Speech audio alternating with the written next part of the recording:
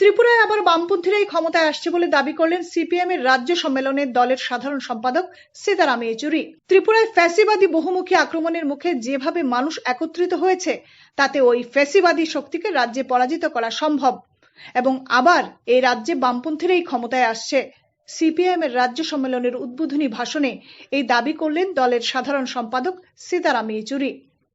Agartala town হলে CPM এর রাজ্য সম্মেলনের সূচনা হয় শুক্রবার। উদ্বোধনী ভাষণ রাখেন সীতারাম ইয়েচুরি। তিনি বলেন, দেশে আরএসএস বিজেপি পরিচালিত সরকারের একমাত্র উদ্দেশ্য মানুষে মানুষে বিভাজন তৈরি করা, আর এটা একমাত্র বামপন্থীরাই রুখতে পারে। ধর্মনিরপেক্ষ শক্তিকে ব্যাপক মাত্রায় একত্রিত করে বিকল্প নীতির মাধ্যমে বাম শক্তির বৃদ্ধি ঘটিয়ে দেশের ফ্যাসিবাদী শক্তির মোকাবেলা করার ডাক দিলেন সিপিআইএম এর সাধারণ সম্পাদক সীতারাম ইয়েচুরি।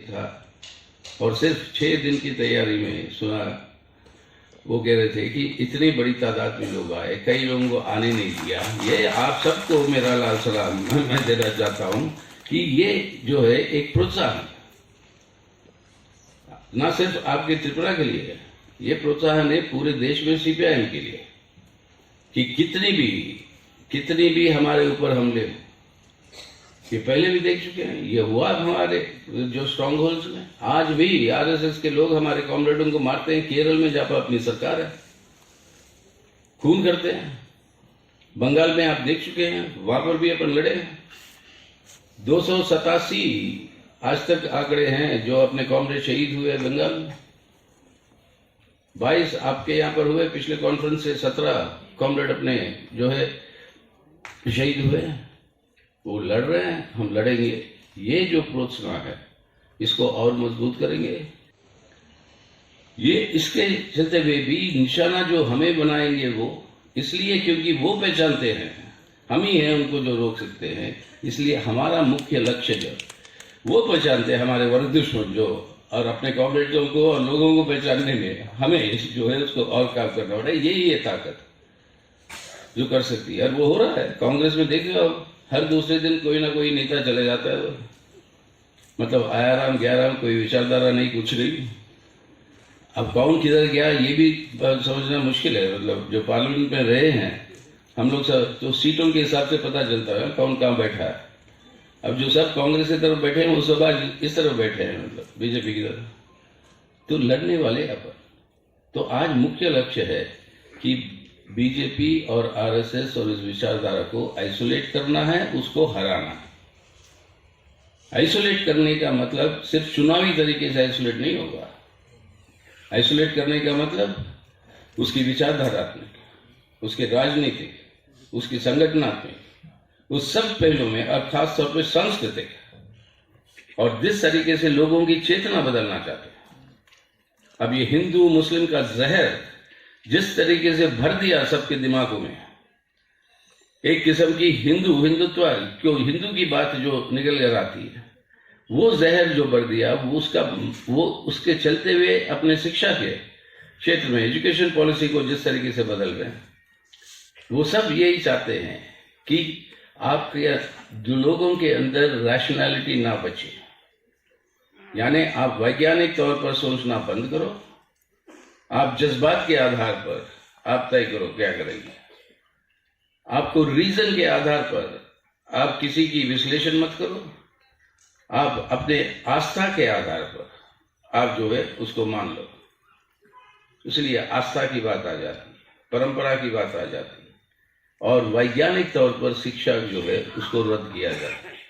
तो आज ये पूरे बड़ी चुनौतियां हैं, हमें सामने करना पड़ेगा। और ये त्रिपुरा के अंदर आपको इस सरकार को झेलते हुए बीजेपी के जो बहुत बड़ी लड़ाइयाँ की, बहुत बड़ी आप लोग ने जो अपनी पार्टी ने यहाँ पर जो त्याग दिया, सैक्रिफाइस दिया, अपने शहीद जो हुए, ये संघर्ष अपना चलता रहेगा बहादुरी के साथ। ये प्रेरणा है पूरे देश के लिए, आप जिस तरीके से लड़ रहे हैं। लेकिन उसी के साथ साथ ये विचारधारात्मक, सांस्कृतिक, संगठनात्मक और ये राजनीतिक, हमें जो है उनके मुकाबला को और तेज करना है। और जब चुनाव के समय में आएगा उनको हराना है। आइसोलेट करना कैसे होगा? सबसे पहले इसके लिए जरूरत है कि हम अपनी ताकत को मजबूत करें। बिना हम मजबूत हुए ये काम आगे नहीं बढ़ा सकते। और अपनी ताकत को मजबूत करते हुए वामपंथी एकता को मजबूत करे।